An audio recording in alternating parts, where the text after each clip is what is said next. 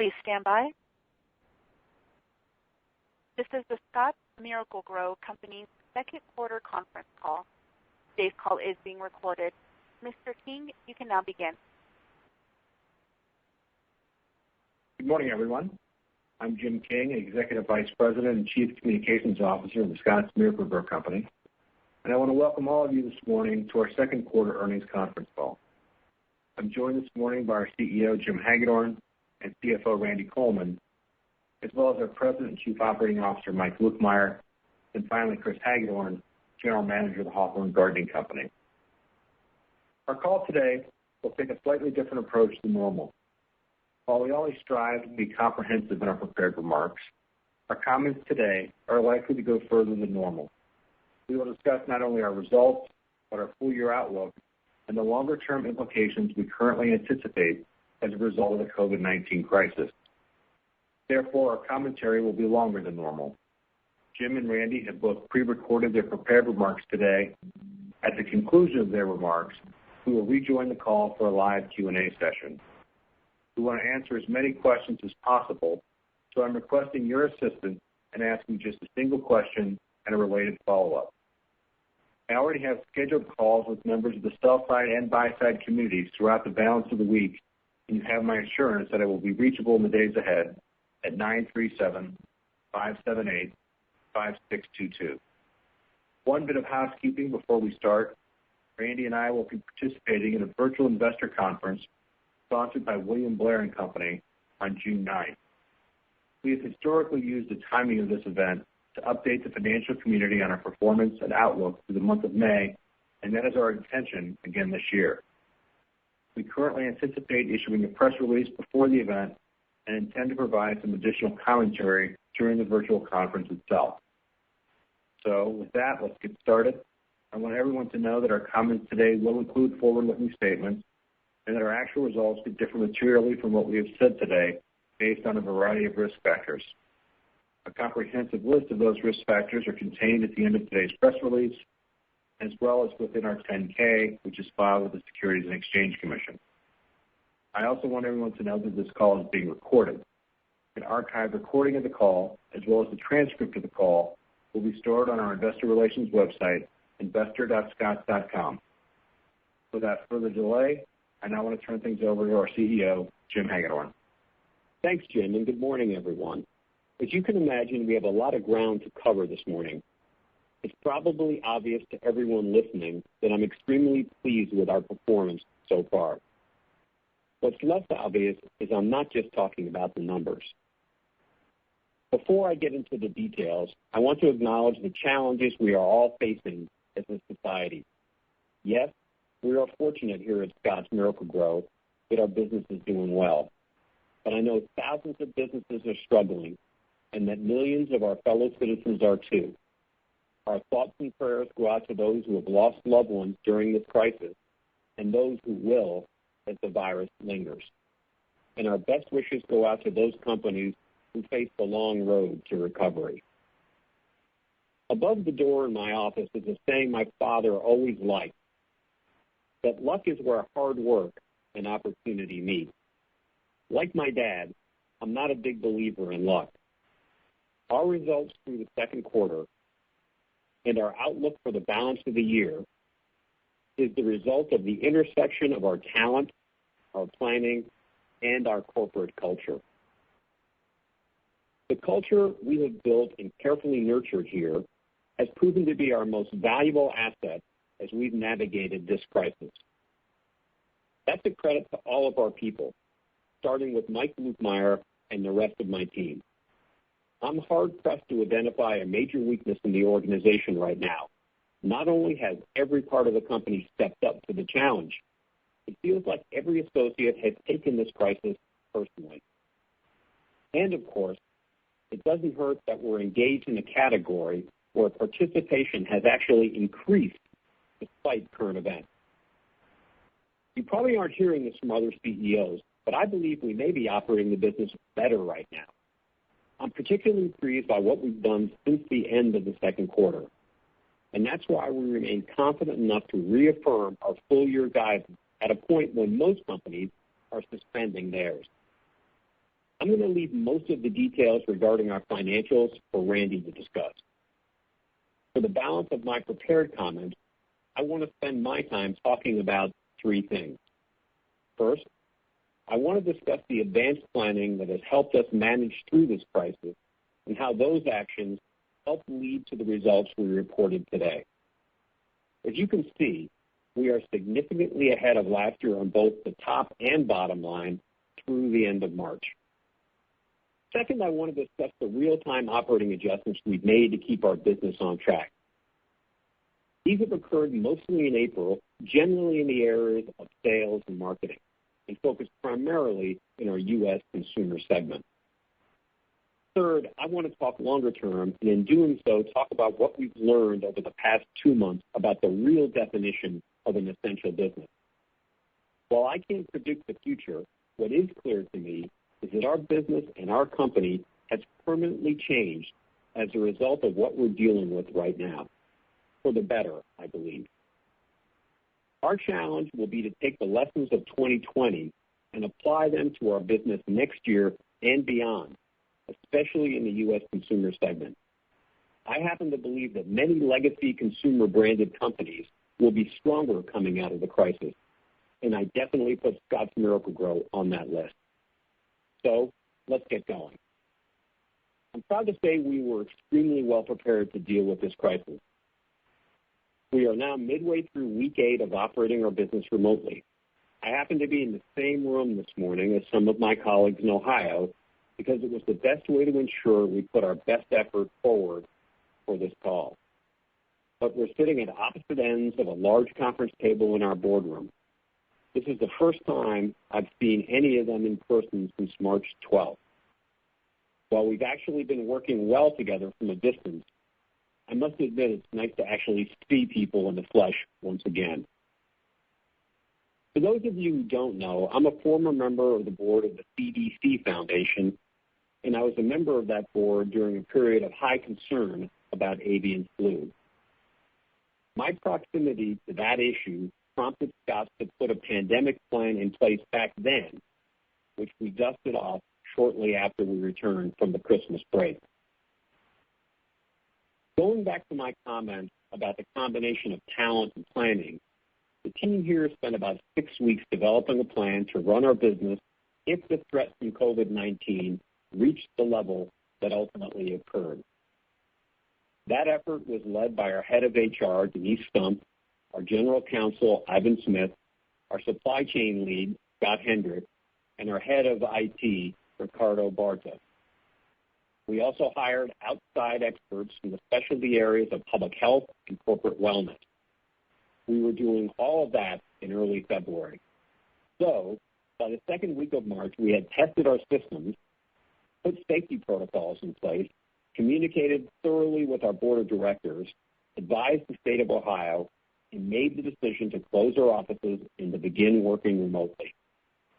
We took those steps before nearly any other company, and probably 2 weeks before anyone was talking about shelter-in-place orders. Throughout the entirety of our planning, the safety of our associates and the communities where they live was our number one priority. In all of our more than 50 manufacturing and distribution facilities for both U.S. consumer and Hawthorne, we put new protocols in place to keep people healthy, including asking our associates to take their temperatures before they came to work. We either separated people by 6 feet or put dividers in place to make it easier for them to social distance while on the job. We created downtime between shifts so that we could properly clean our equipment. When it was available, we provided protective gear. We waived our sick leave policy so people wouldn't be nervous about staying home if they weren't feeling well, and we communicated with them constantly. We worked with our retail partners so that our frontline sales associates could work in the evenings to minimize their contact with other people.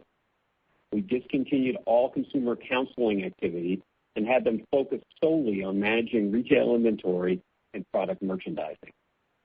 We also recognized that the work of our frontline associates involved a level of risk and stress that those of us in management, those of us working remotely at home, did not have to endure. So we implemented a generous premium pay package that increased their hourly wage by 50%. While we have since decided to exclude the total one-time cost of that effort, roughly $30 to $35 million, from our adjusted earnings, it doesn't really matter whether we do or we don't. Our associates, communities, and customers, not our shareholders, were our priority when we implemented that program. The premium we paid our associates was money well earned. We were fortunate that the products we sell, especially related to edible gardening and insect control, as well as the retail channels in which those products are sold, were considered an essential business from day one of this crisis.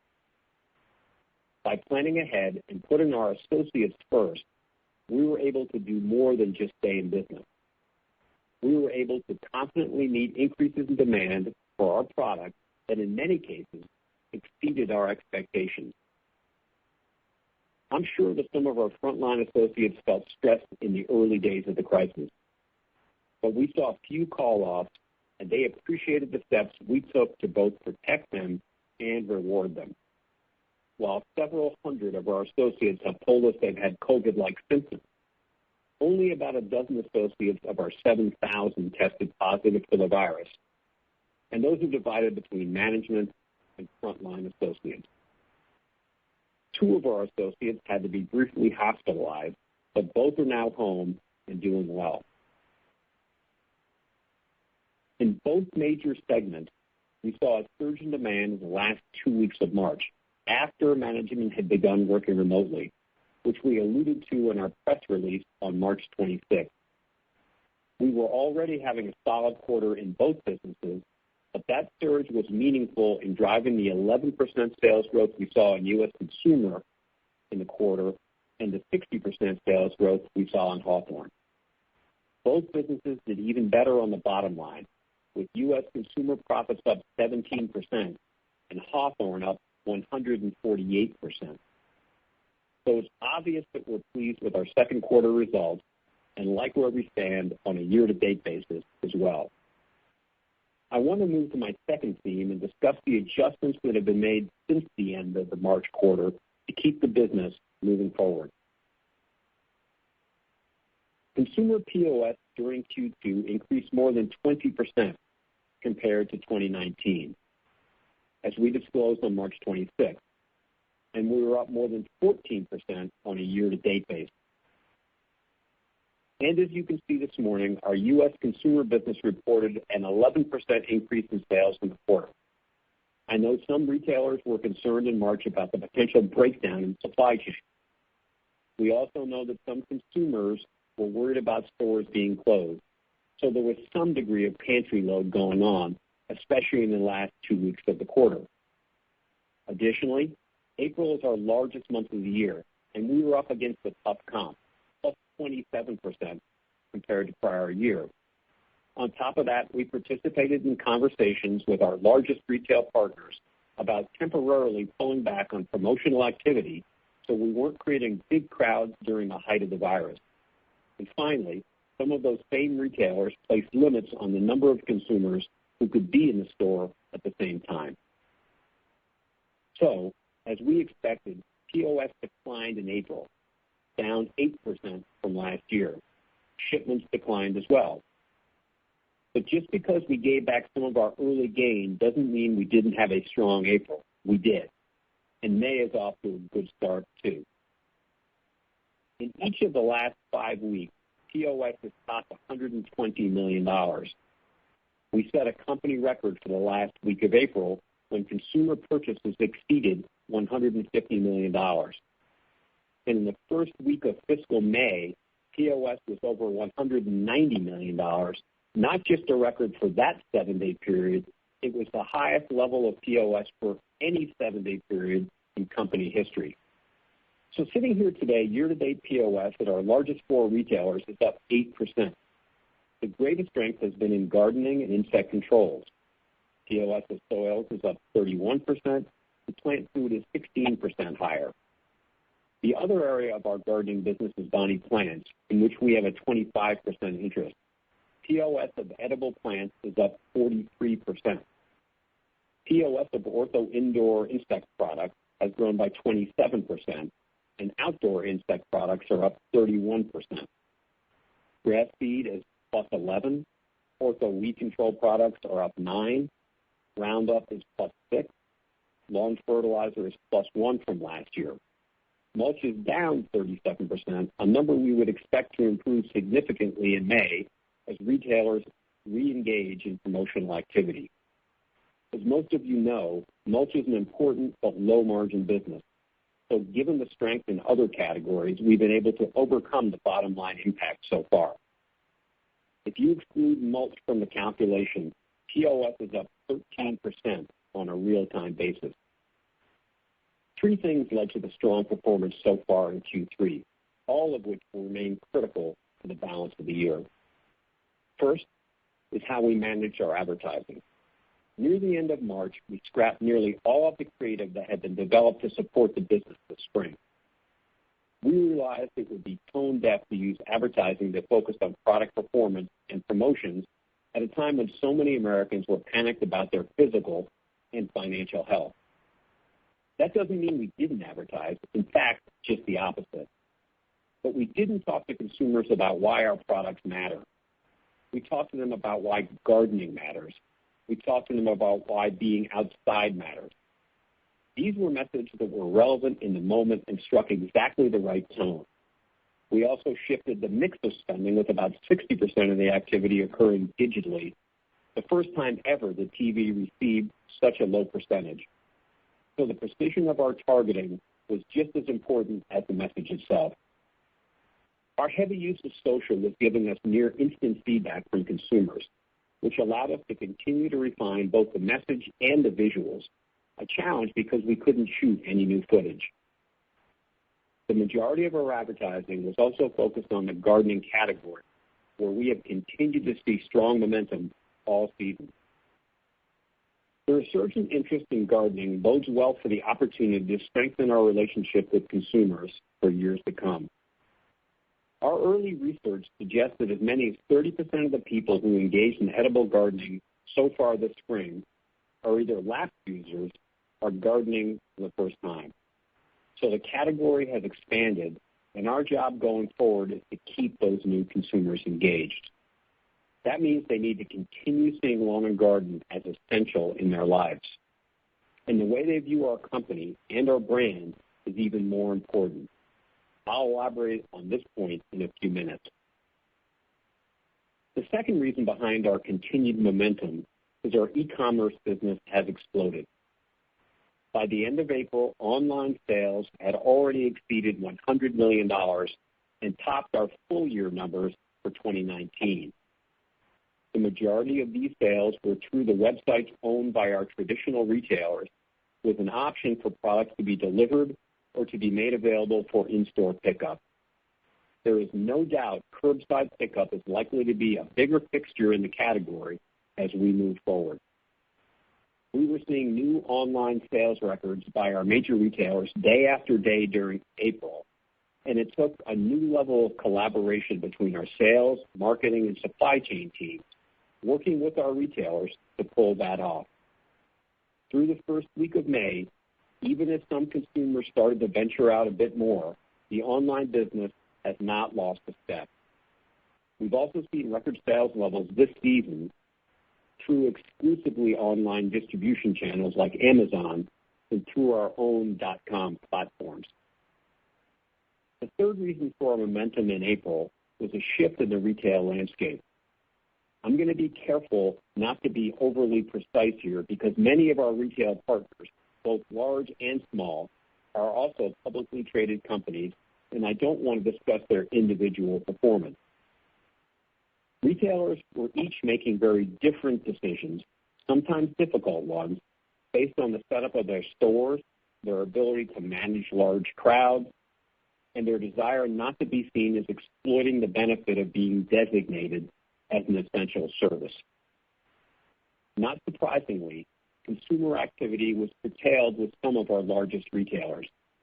At the same time, in those channels like hardware and farm and fleet, where retailers have a smaller footprint and did not have to make major adjustments to their business models, We were seeing growth in a range of 20 to 30% in April. This next tier of customers has been extremely innovative during this crisis and have improved their market share. We are far ahead of what we expected from this group, and those gains were perfectly timed. While these three factors definitely allowed us to maintain our momentum in April, the season is hardly in the bag. It's worth remembering that in a normal year, we'd still have 50% of consumer activity in front of us.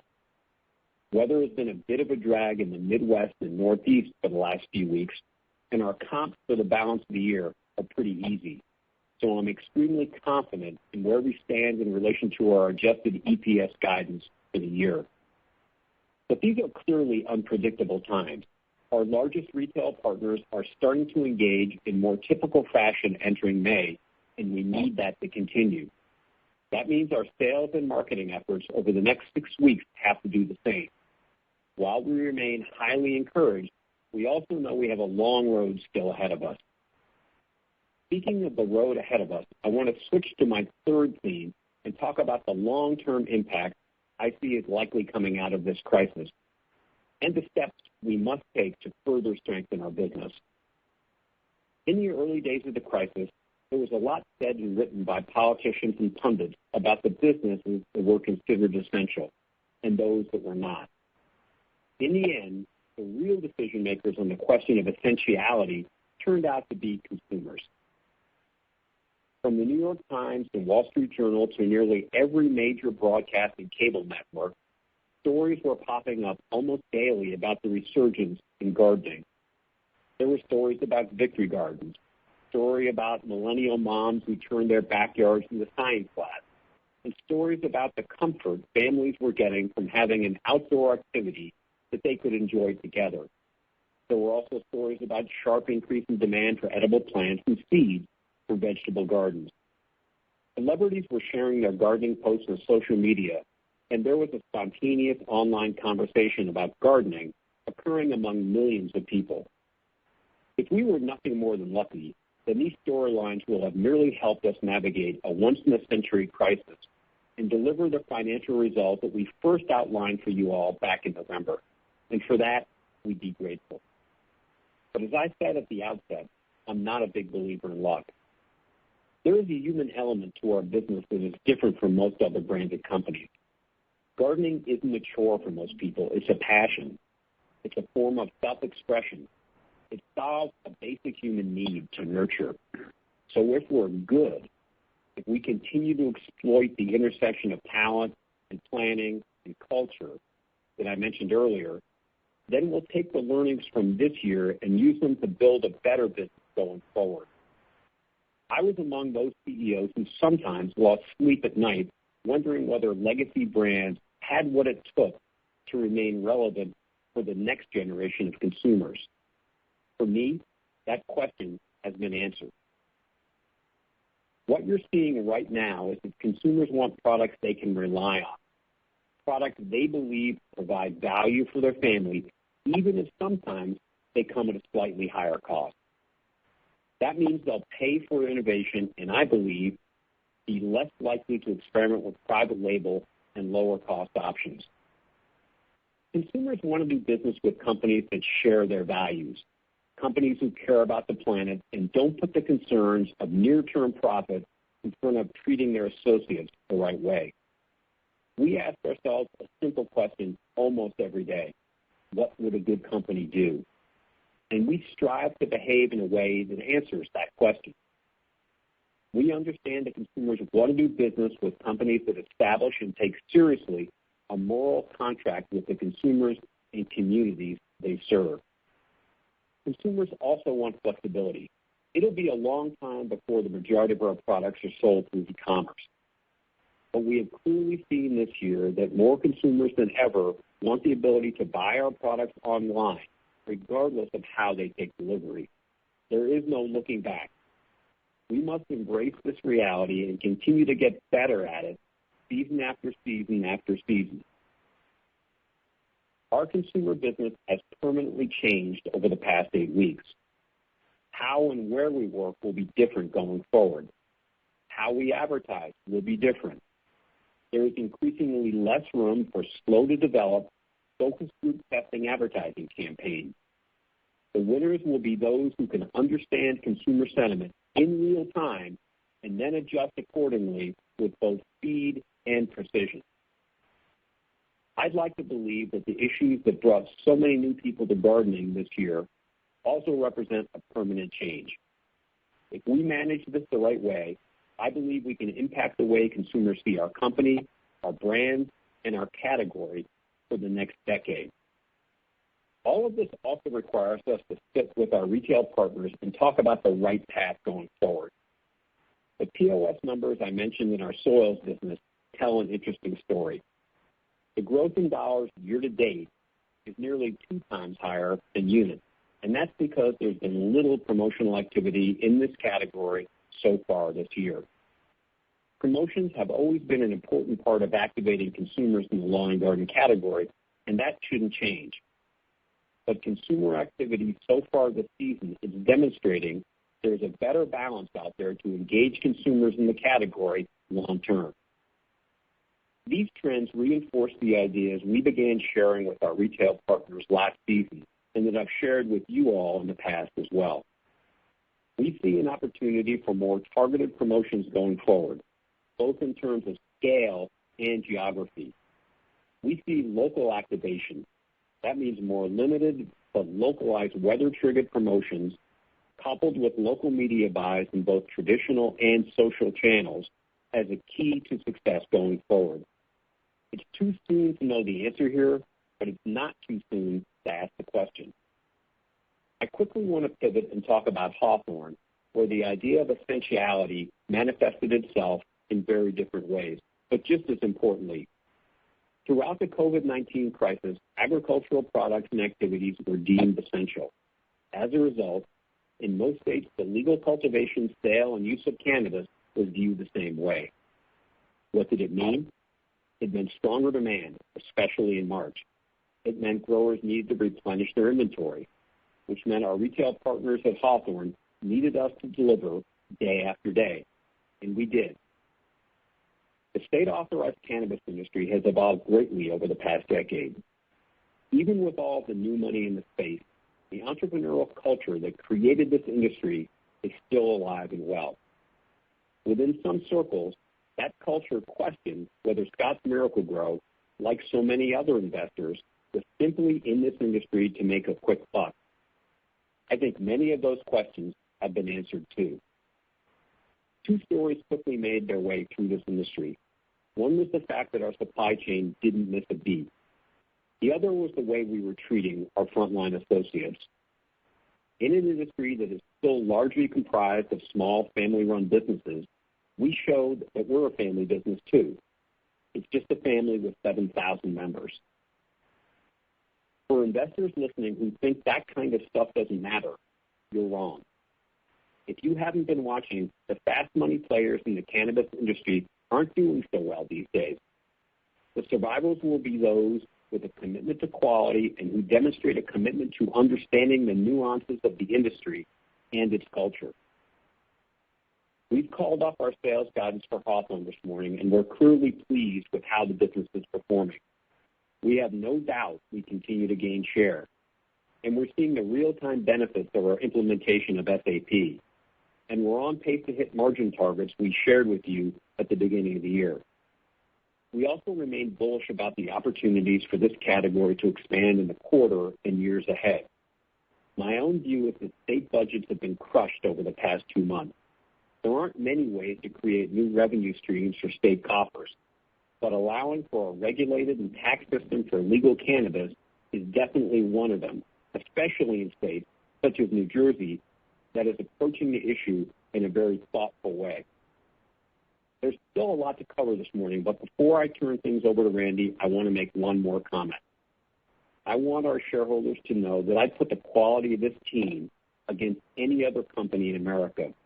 It would take me 15 minutes to list all the people who deserve credit for the way we've navigated the challenges of this season. In my entire career, I've never seen anything like it. The creativity, agility, collaboration, and passion has been humbling to watch from up close. I said in a recent town hall that if I could thank each of our 7,000 associates in person, I would, and I meant it. I know terms like world-class can sound cliche, but shareholders need to know and appreciate that the quality of this team is exactly that. Scotts Miracle-Gro won't just survive the challenges of 2020, but will be a better company too. With that, Randy, take it away. Thanks, Jim, and good morning, everyone. I'm going to start by quickly running through the numbers, but mostly at a pretty high level. While our March 26th announcement was focused on anticipated top-line results, I'm sure most of you came pretty close to extrapolating the bottom-line impact in your own modeling efforts. After I get through the quarter, I'll share some thoughts related to our full-year guide. I also want to give you an update about how we're thinking about leverage, our current priorities for uses of cash, and liquidity. So for Q2, the one surprise versus our March 26th announcement is that Hawthorne sales growth of 60% was actually higher than we outlined in the press release. Frankly, we were seeing unprecedented shipment levels in those final days of the quarter, and that pushed us higher as we crossed the finish line. While we haven't seen daily orders continue to be quite as high as they were during those last few days of March, we have seen the weekly shipments trend continue to be strong from March into April and also into early May. The 11% growth in U.S. consumer and the 16% company-wide growth was in line with what we had projected. The gross margin line, however, required a good bit of explanation this quarter. The adjusted rate was 40%. That's up 20 basis points from last year. But there are quite a number of moving parts to explain. Let's start with the impact of our Roundup commission. Beginning this year, we received 50% of the profit from Roundup beginning from the first dollar of earnings. In the past, we received nothing until the business earned $40 million. So for the full year, that's an incremental $20 million of Roundup commission. That change in the profit sharing calculation and timing was worth $18 million for us in Q2 and impacted the gross margin rate by about 70 basis points. Also, remember that last year in Q3, we received a reimbursement from Bayer of $20 million. While that money was not technically commission income as it relates to our agency agreement, it still flowed through the P&L in the same way. So the gross margin rate benefit we saw in Q2 will be more than offset by the lack of a reimbursement payment in Q3, and the full year impact on margin from the various puts and takes will be zero. As you know, we also took pricing in 2020, about 75 basis points. Pricing plus volume-related benefits also collectively benefited the gross margin rate by about 100 basis points. All these margin improvements, however, were mostly offset by 160 basis points of unfavorable product mix, and most of that was driven from Hawthorne's tremendous growth. To be clear, Hawthorne had a nice improvement in its gross margin rate during the quarter of 340 basis points. However, since the Hawthorne business has a lower overall gross margin rate than the U.S. consumer business, the unfavorable mix impact on the company-wide rate is still dilutive. SG&A is pretty much in line with what we expected, up 9% in the quarter to $196 million. The biggest drivers were higher investments in Hawthorne, increased selling and marketing expenses in U.S. consumer, and slightly higher accruals for variable compensation. All of these were expected. What was not expected, however, were lower advertising rates versus a year ago. On slightly higher 2020 media spending, we now expect at least a 15% increase in consumer impressions for the gardening experience and also for our brands and products. We achieved some nice leverage in both major business segments, which allowed U.S. consumer to report an increase in segment income of 17% to $373 million, and Hawthorne reported a 148% increase to $26 million. Jim mentioned that Hawthorne remains on track for its margin targets, with the operating margin rate exceeding 11% in Q2. And while the business is still slightly below our full-year goal of 10% on a year-to-date basis, we are in line with where we had hoped to be in Q3. Interest expense declined a little more than $6 million to $22.7 million. We're trending slightly better than we thought here due to both lower rates and lower borrowing. We've been very focused on divesting certain non-core businesses and investments over the last 2 years to reduce our leverage, and in retrospect, these were prudent decisions. Other non-operating income was about $3 million in the quarter, down from $260 million last year. We benefited in Q2 of 2019 from the divestiture of our stake in TrueGrip. We excluded that impact from our adjusted earnings last year, however, so there's no year-over-year impact on adjusted EPS, which is the basis of our guidance. Taking it down to the bottom line, we had GAAP earnings in the quarter of $249.8 million, or $4.43 per share, compared with $396.9 million, or $7.10 per share. Adjusted earnings, which excludes restructuring, impairment, or other one-time items, was $253.8 million, or $4.50 per share. This compares with $203.2 million, or $3.64 per share. The impact of the Roundup commission was worth about 25 cents for the quarter, but as I said earlier, that nets out to zero after Q3. So let me switch gears and talk about guidance for a few months. As you saw, we called up our sales guidance for Hawthorne to a range of 30 to 35% growth for the year, and that's up from our original range of 12 to 15%. From day one, we were transparent in saying we deliberately built the original range to be conservative. I'm being just as straightforward in telling you I never expected our revised guidance to be this high. As the business just keeps delivering, there are times when the team is doing everything they can do just to keep up. Given the recent strength of Hawthorne, we've done a lot of work to evaluate the sustainability of our sales volume. It's clear the industry has recovered from the doldrums of 2018. Over the last 2 years, we have seen a lot of volatility. In 2017, growth was very strong. In 2018, our business was down by nearly 40%. In 2019, we drove a partial recovery. And in 2020, we've now seen a full recovery.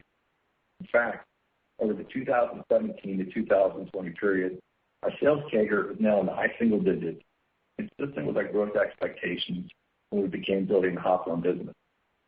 In addition, both wholesale and retail pricing trends are mostly positive across the country. These are key leading indicators for our business. We have also taken pricing in recent months and have seen no related slowdown in orders. Category rebound, market share gains, new innovative products, and opening of new state marketplaces are all driving our growth. Our conclusion is the industry rebound is now at a sustainable level, and we expect to continue to outpace the growth with our strong competitive position. But the industry is inherently volatile, and we still expect our long-term growth to be periodically choppy rather than consistently linear. The new Hawthorne range takes our company-wide sales growth range up to 6-8% versus originally 4-6%. We're reaffirming U.S. consumer growth of 1-3%, which continues to be reasonable based on what I know right now. Going into May, our year-to-date shipments were up about 1%. However, our May POS comp is minus 13%, and for June to September, the comp is positive mid-single digits. Gross margin is probably the other line in the P&L where I'm most focused. Our original range was flat to plus 25 basis points. Consistent with our year-to-date results, my watch-out here is segment mix.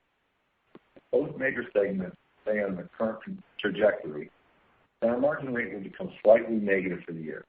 But remember, even if that happens, Hawthorne's standalone margins are still moving in the right direction. I'm sure you're wondering about the current commodity environment, so let me address it up front.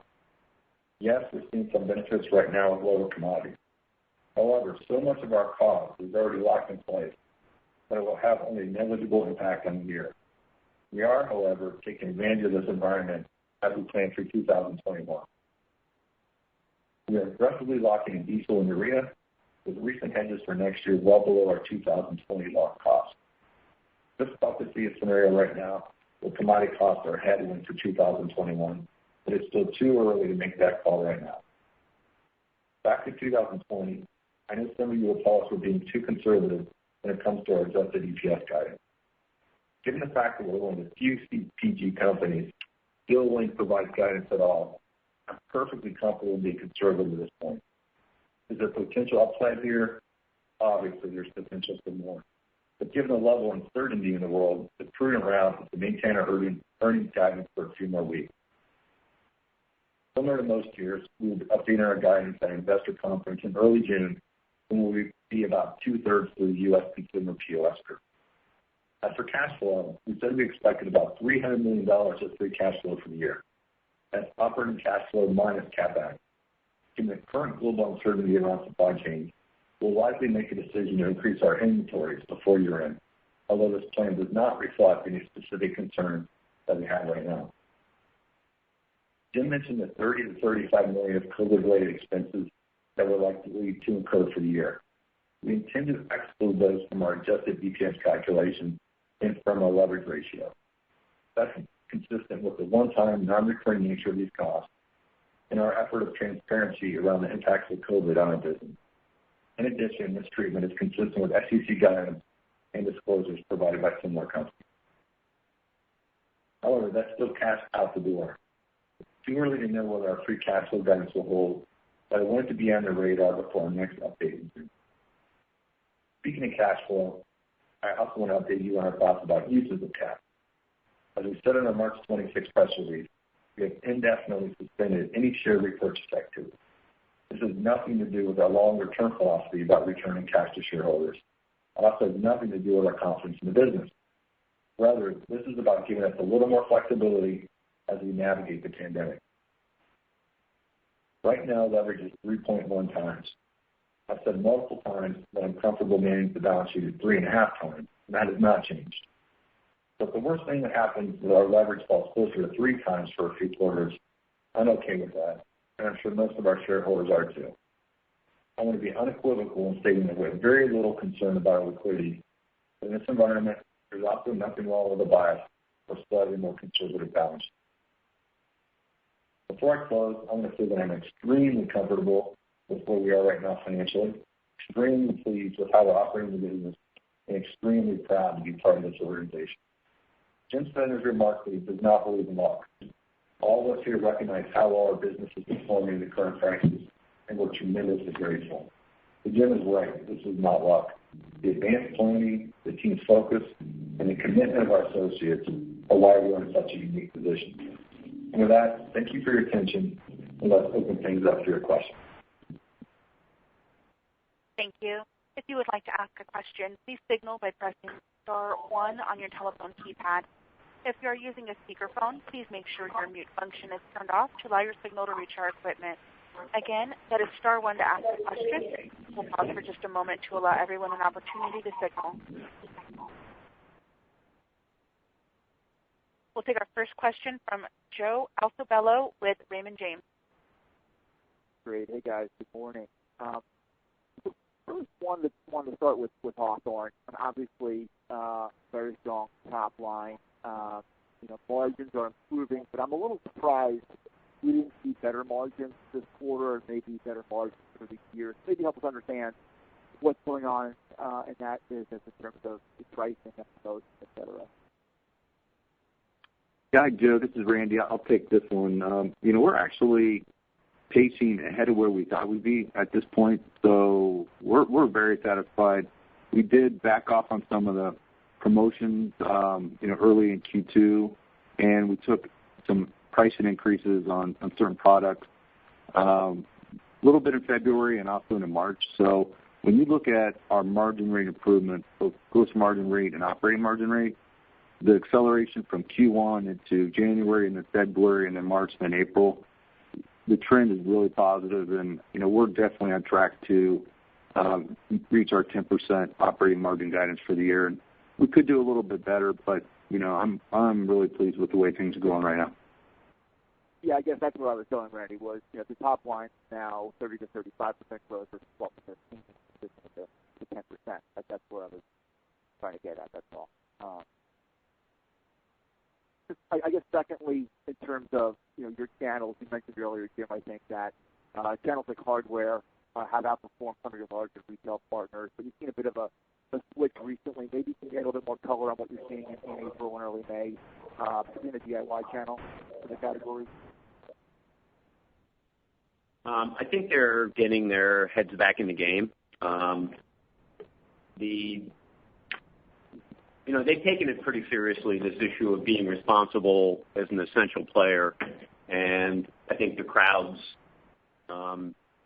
protecting their associates, protecting their customers, But, if you look at the orders just the last few days, primarily driven by our biggest orders by far we've ever had on any single days, they're largely coming from our largest customers. So I would say they're getting their ammo bays loaded up, ready to play in the serious way that is happening right now. So I think, Mike, I don't know what you feel.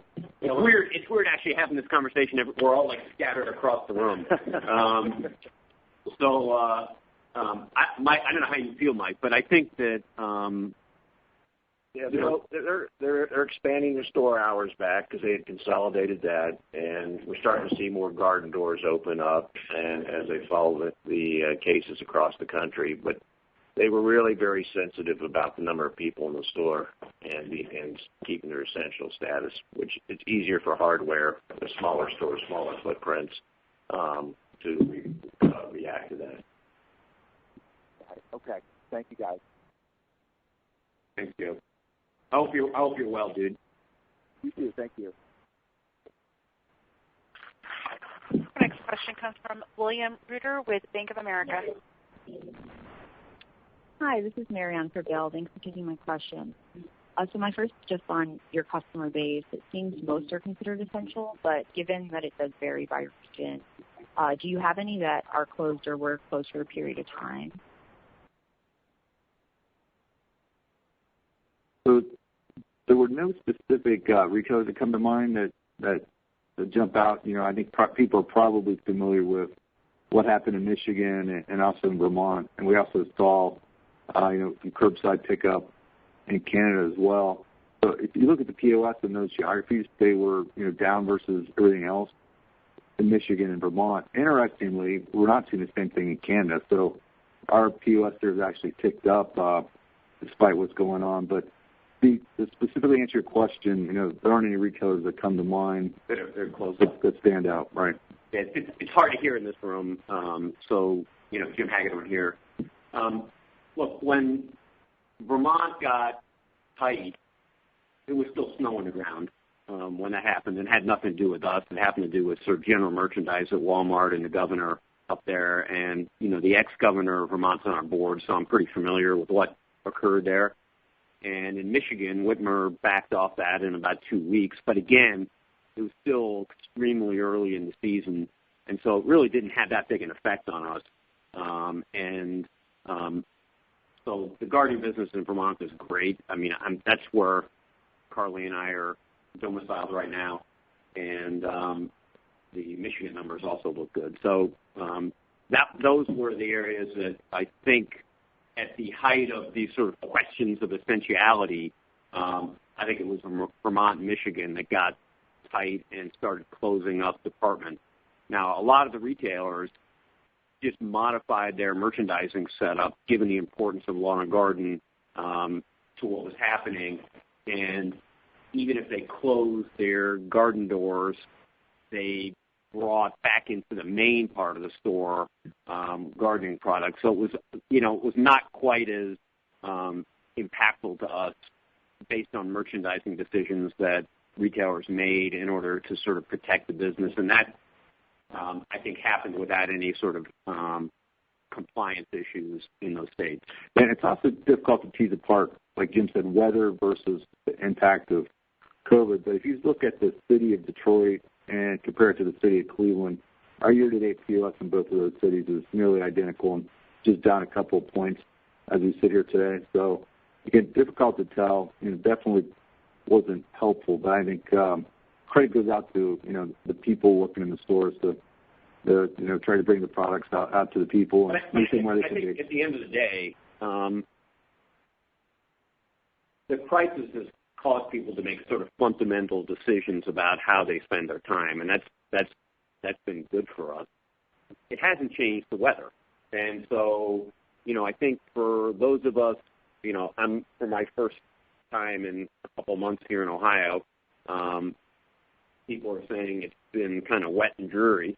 It's been cool in Vermont where I have been. And so if you look at Northeast sales I don't know if they're down, but they're not up for sure. And this is a good thing for us because the sort of strength of the business is kind of everywhere but the Northeast, if you include kind of west here to Ohio.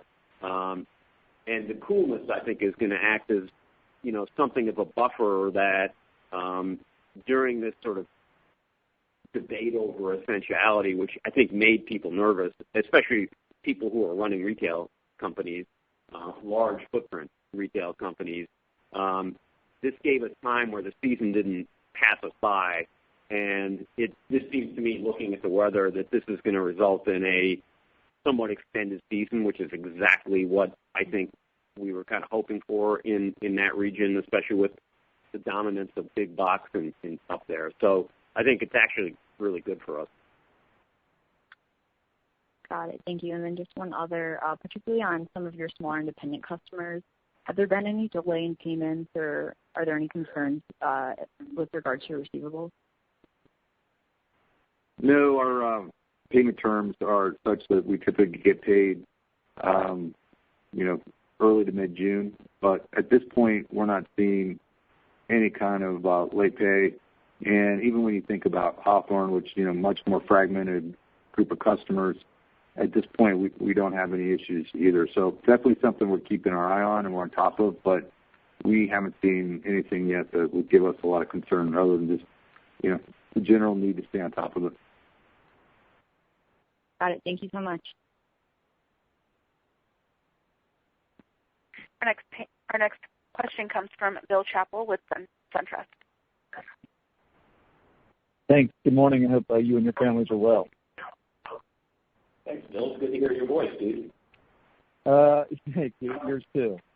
Two questions. One, help me understand on the Hawthorne business why the business surged kind of in March, and it doesn't seem like it was all just stockpiling. It continued into April. I say that if you don't sell actual cannabis, and so I understand the run on that, but you're selling supplies that will help cannabis production over the next 6, 9, 12 months. So I'm trying to understand why there was that surge and why it sustained into April and May. When this whole thing started, I'll let Chris answer most of the question. I just want to, this is the question that I asked kind of like as we were, I guess this was probably beginning of April. So I've made a few friends in the industry by just traveling with Chris and some of his team. And, there was this question is, where are these sales going? By the way, the sales have been great the entire time. It's not just been like 1 month. We were briefing members of the board up yesterday, and Mike just said, Chris's sales report is just like a fucking broken record. It just continues to be positive.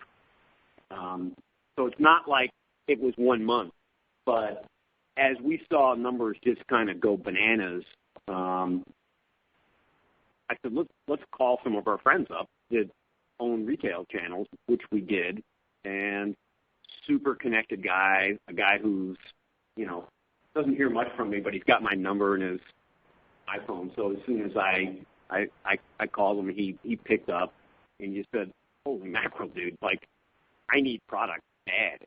So we had thought maybe it's like stocking up, kind of figuring the demand was going to come and that maybe people couldn't ship, which I think has been a problem in the industry, not with us. As, some people had COVID in some of their warehouses, some of our competitors. But he said, dude, it's selling. I'm low on product. It's insane what's happening here. And I think just a lot of retailers just upped their production. A lot of people, what we call traditional growers, re-entered the space, especially in California, and just needed product. And a lot of it was nutrients and grow media, which are the consumable side of the business, which is really nice to see. I don't know, Chris, where do you go from this? But it's not a fluke. Yeah, so, not sure how much meat you left on that question. All right. No problem. My bad, dude. Hey, Bill, it's Chris. Everything that Jim said is correct. There was an element of pantry loading. I think that was really something we experienced kind of second and third week in March when we saw pretty extreme spikes in volume that I do think had something to do with pantry loading as people were concerned that our service levels wouldn't be able to keep up. Now, luckily, they have been, and I can't give enough credit to the supply chain team for Hawthorne and the support we get from Scott's. Those guys have done a phenomenal job and battled through some tough conditions.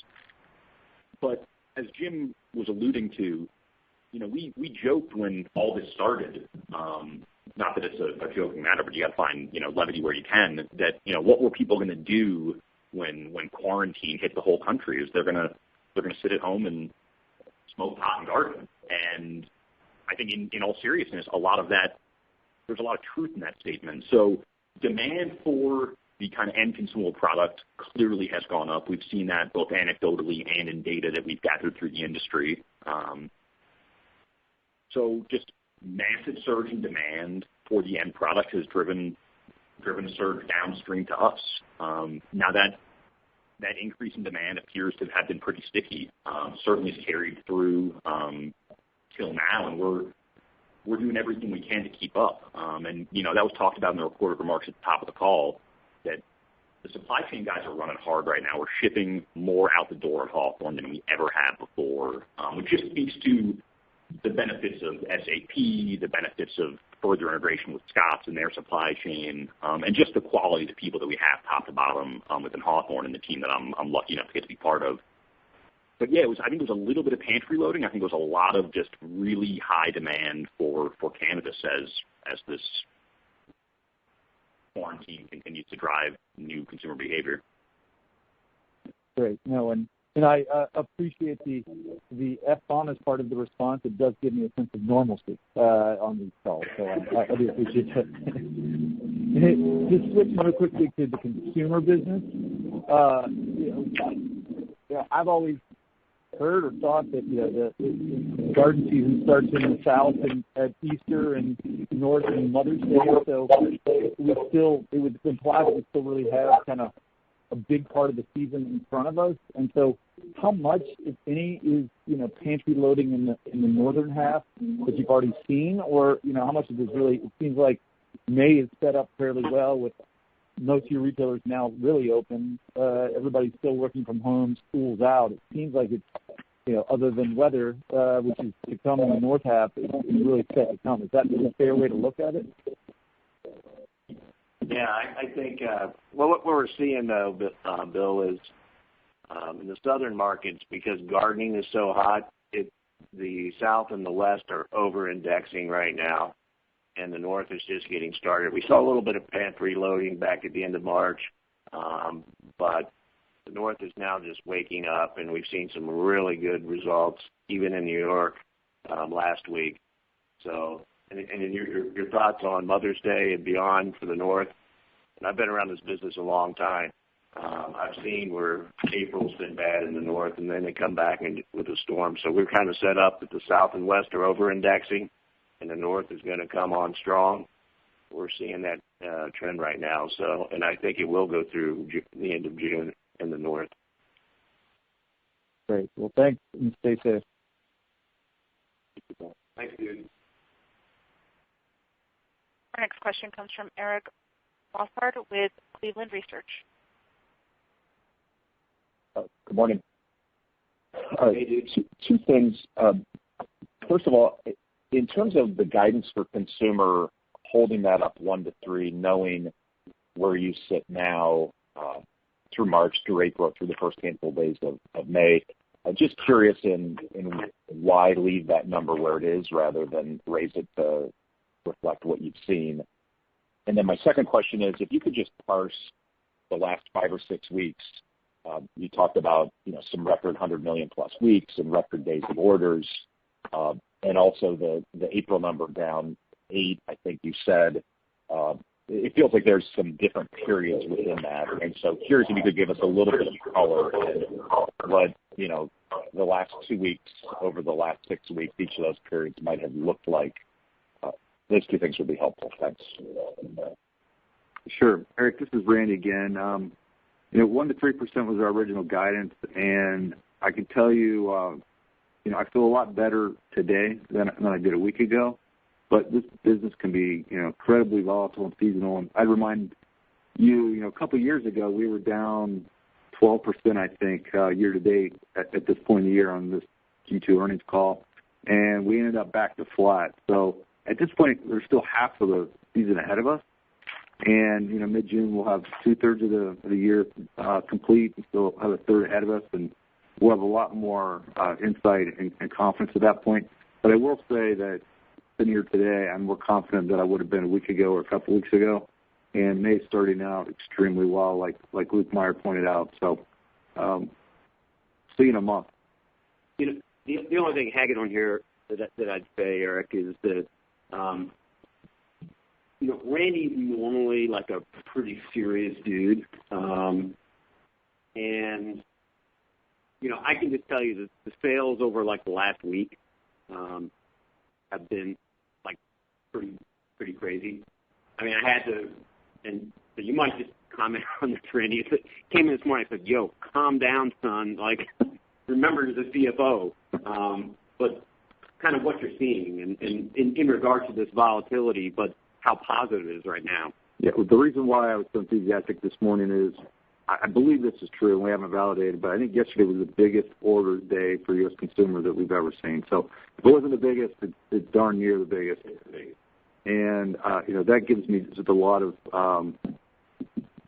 confidence that, the retailers are going to stick in there. We probably won't see the level of promotional activity that we've seen in years past, but people are definitely trying to sell product. Consumers want to get out. They want to get out in the yard. It's good for their physical health. It's definitely good for their mental health.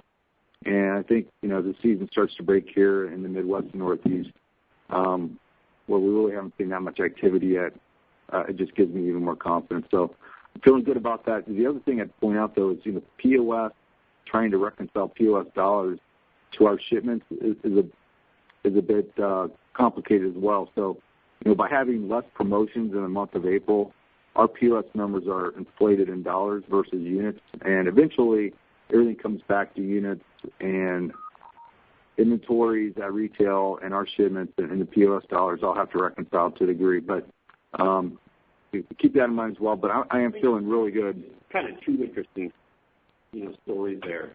Number one, as we went into this call, as we prepped yesterday, we just said there's no way somebody's knocking us off our stance on, holding fast with the numbers, even if people said to us, dude, how can you sandbag that bad?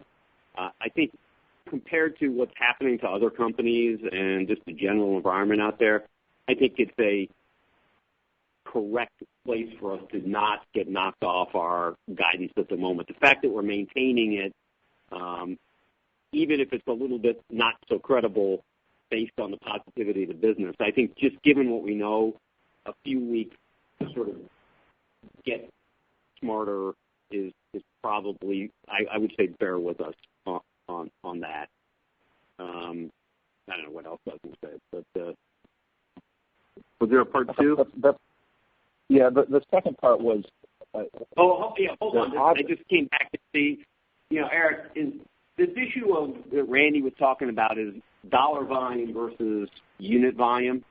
This is one of the things that we're seeing that we're trying to sort of talk coherently to our retail partners about, which is with the almost complete lack of promotion, that we would normally be seeing this time of year, sales are really good. That doesn't mean that promotion isn't important, but it does mean that as we've looked back on these sort of so-called Black Friday events that are not like Christmas of one day, but sort of 2 or 3 major promotions throughout a season that take a lot of our promotional dollars, what we've seen is they're pretty early. The last few years, they've been up against kind of crappy weather, and more we have been thinking they could be much more productive in sort of this rifle shot that we talked about in the script. which is that promote when certain products are in calendar in areas where the weather is good and the inventory is in the stores. And we've been playing with that with the retailers last year to see if we can increase the effectiveness of these promotions and not spend as much money blindly, especially in the shitty weather as we've seen in the past. And so we felt pretty strongly coming out of last season that the demonstrations we did with them showed that we can produce equivalent results in a much more targeted way. And so those discussions are going to happen, and that's what we were alluding to. And I'm hoping that we'll find retailers much more willing to sort of, because, foregoing Black Friday events for retailers it's scary. It's how they get customers in. If they get customers in, they tend to be sticky through the season. Because it didn't happen this year, and by definition, we're doing much more targeted work, and it's not really them, it's us doing that work this year. I think we've got a lot more data to talk about next year. And so I don't know what it means. Randy's talking about dollars versus units. I think we're going to end up the year with a sort of much better dollar story and much better margin story on both sides, on our side and their side, which we then have to say, okay, what does that mean next year and beyond? So, Okay, that's helpful. The other question I wanted to ask is, your business historically has been a below average business in terms of online penetration relative to what Depot and Lowe's do in other categories. That's changing this year, maybe. As you look to the future, does it matter to you if more of this is done online? Do you have to run the business differently? Does it change the profit opportunity? How does this business look different if it becomes more meaningfully online ordered and executed? I'll mostly hand that to Mike because I think I don't think it's a maybe. I think it's for sure. We don't talk a lot about Amazon. It's in relative to our entire business, not that big. Amazon's been an important partner to us this year, and I think we've been an important partner to them. So I think that there was. I don't know. I've been pretty negative on Amazon, at least from lawn and garden point of view. That kind of their attitude. I think this is one where they've seen lawn and garden's important. They've seen our ability to deliver. We helped them pretty hard. They needed bottles and stuff to convert bulk. Cleaners and stuff for their warehouses, and they reached out to a bunch of vendors to help if they could with packaging, and we were able to put Ortho packaging their direction. But, I think so there at Amazon, I think a much higher respect for the power of lawn and garden this time of year. And within our conventional retailers, just record weeks after weeks that lawn and garden, I don't know if I'll probably screw this number up, but I think the number is like 15% of our lawn fertilizer business is going out online now, and a lot of our retailer business is drop ship business, and that's a model issue that Mike can talk better about than I can, where we're shipping directly to consumers for even our traditional retailers. But I think there's no doubt that the online business will represent a larger percent of our overall business this year, and I think that doesn't change. I think that for sure consumers are just pushing a button and it shows up at their house. So, Mike, I don't know, what do you think it means to the business, and what about margins? I think the margins will improve for us and the retailer. We're building a capability with the supply chain that we built years ago with the home center to be able to drop ship. And it's an acceleration, in my mind, 5 to 10 years where we thought e-commerce would be. And I think it'll stay. I think it will help the stores with their assortments to be more efficient for curbside pickup and delivery. And we'll be able to provide that supply chain network that they're not building warehouses. We have, from our existing warehouses, we're transitioning to a direct-to-consumer capability using the same inventory. It'll be more efficient. And we'll be able to provide that for any platform out there. So to me, it's actually taking us where we thought we'd be in 5 to 10 years. I think it's here now. I think it's a great way to do business, and I think we're the perfect ones to be able to do it nationally in lawn and garden to support a retail platform or even our own platform. And then this is Randy again. Dad, just put some numbers around this. Our Amazon business is about the same size as our online business for our, largest retailers. So it was about the same. And then our own SMG sites are much smaller, but growing fast as well. When we think about our market share, we actually have the highest market share in the channel where consumers buy online and then pick up in the store. I think that logically makes sense when you think about people searching online and planning ahead, that they're naturally going to gravitate to national brands, and we have a national fulfillment. So I think that's good for us, and that's good for our large retailers as well. And we have the lowest share by far in trying to just sell online through our own website. But, that's where you might see some smaller competitors trying to compete. But I feel really good about our competitive position and our ability to work across all channels and with all those customers and help them win too.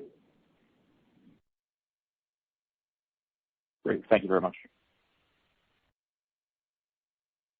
We'll take our next question from Carla Casella with J.P. Morgan.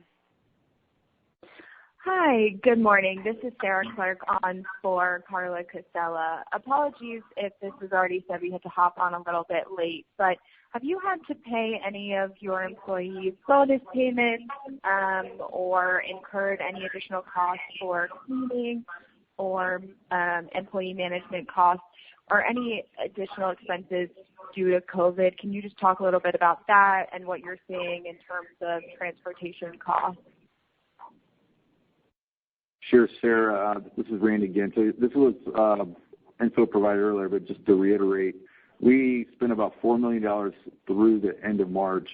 Our full-year forecast is in a range of 30 to 35, and the way I'd break that down is the first 25 is premium pay for our associates who are working in stores or working in DCs and warehouses or factories as well.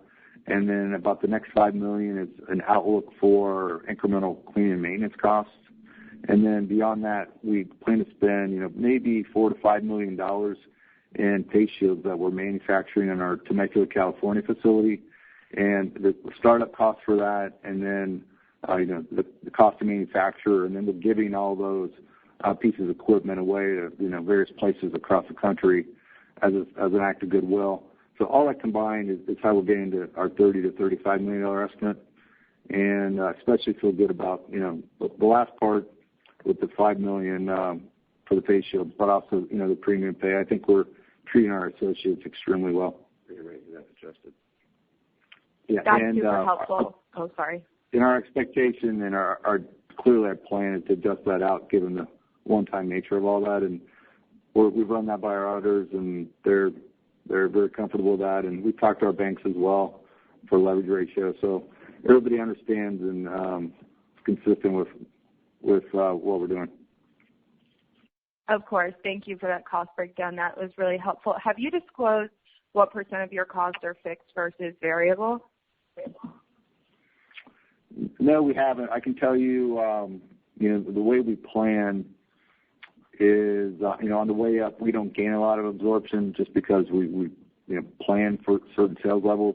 I tell you on the way down, it is a lot more punitive. So we probably, it's hard to use a very good rule of thumb, but I'd say at this point in the year, if we lose sales, we probably lose 10 to 15% of margin on the way down if we don't hit our sales expectations. So I don't know if we provide that specifically in the past, but I think that's a reasonable rule of thumb. Okay, helpful. Thank you. And then one more from me. You highlighted that you've seen continued strength in April, but we're just wondering if any of this quarter's strength maybe pull forward from next quarter as people shelter in place and look to buy products, and what you were mentioning on the Hawthorne side. So any commentary around that? Well, I think we've addressed the Hawthorne piece pretty thoroughly already. And on the consumer piece, time will tell. I know that consumers are gardening more than they have in the past. We have research that would say 30% of our gardening consumers this year are either new or lapsed consumers. So I think that's good for the long-term health of the business. And we'll see, but we're really confident about our outlook for this year. And I think a lot of that's going to stick as we look beyond 2020. Awesome. Thank you. Lauren, it's Jim King here. Let's just, in the interest of time, we'll stick it to, or let's have just one more question, and then I can follow up with people offline later. Thank you. Thank you. Our next question comes from Alec Marocchia with Berenberg. Hey, good morning, guys, and thanks for taking my questions. The guidance implies that Hawthorne will continue doing incredibly well despite the financial issues we've seen among some of the larger producers, as you alluded to earlier. Can you pinpoint where you're seeing the biggest growth there in terms of geographies, type of use, and producer size? Hey, yeah, this is Chris. So, we're seeing growth really across the board. It's a mix of some of our more kind of legacy big states. California's up pretty significantly, over 75%. Michigan, which we've talked to you guys about in the past, is now our second biggest state. We're seeing growth in Michigan over 100% year over year. But then you've also got newer states in there. Florida, Alabama are both up significantly above average. Oklahoma's up over 230%. So we're seeing strong growth really across the country. Like I said, a combination of our more established markets like California, Michigan, Colorado, along with newer states. As far as the customer mix, Jim has talked a little bit about this earlier, but our visibility is limited once we go past the retail level. If you look at the sizes of some of the SKUs that we're selling, our inference is that we're seeing growth both among the large scale, multi-state operators and large commercial growers, as well as some of the more traditional, smaller format growers. Okay, makes sense to me. And second question is a clarification on the accounts receivable one from earlier. You mentioned June payment terms, and I'm just asking because AR is at its highest as a percentage of sales since Q2 2017. Do you think this is a unique phenomenon of 2020's receivables cadence due to the surge in March? Well, clearly AR is up when we sell more. And like I said earlier, we don't have any specific issues yet with customers paying late. Something we're on top of. Our orders to cash team is very much on top of that. But at this point, we haven't seen any cracks at all, and I guess we'll see. But it's not a big watch out. It's a concern on top of, but it's not a huge concern. All right, great. Thank you, guys. Stay safe out there. Thank you. All right, I'm going to jump back in here. We're going to wrap up the call today. I know there are some folks that may still want to ask questions. So a couple ways to reach me. You can call me directly at 937-578-5622, and we'll set up a time to follow up, or send me an email at jim.king, K-I-N-G, @scotts.com. And just as a reminder, Randy and I will be participating in the William Blair event on June the 9th, and we will probably have a communication out prior to that event. So thanks, everybody, for joining us today, and be well, be safe. Thanks. That does conclude today's conference. We thank you for your participation. You may now disconnect.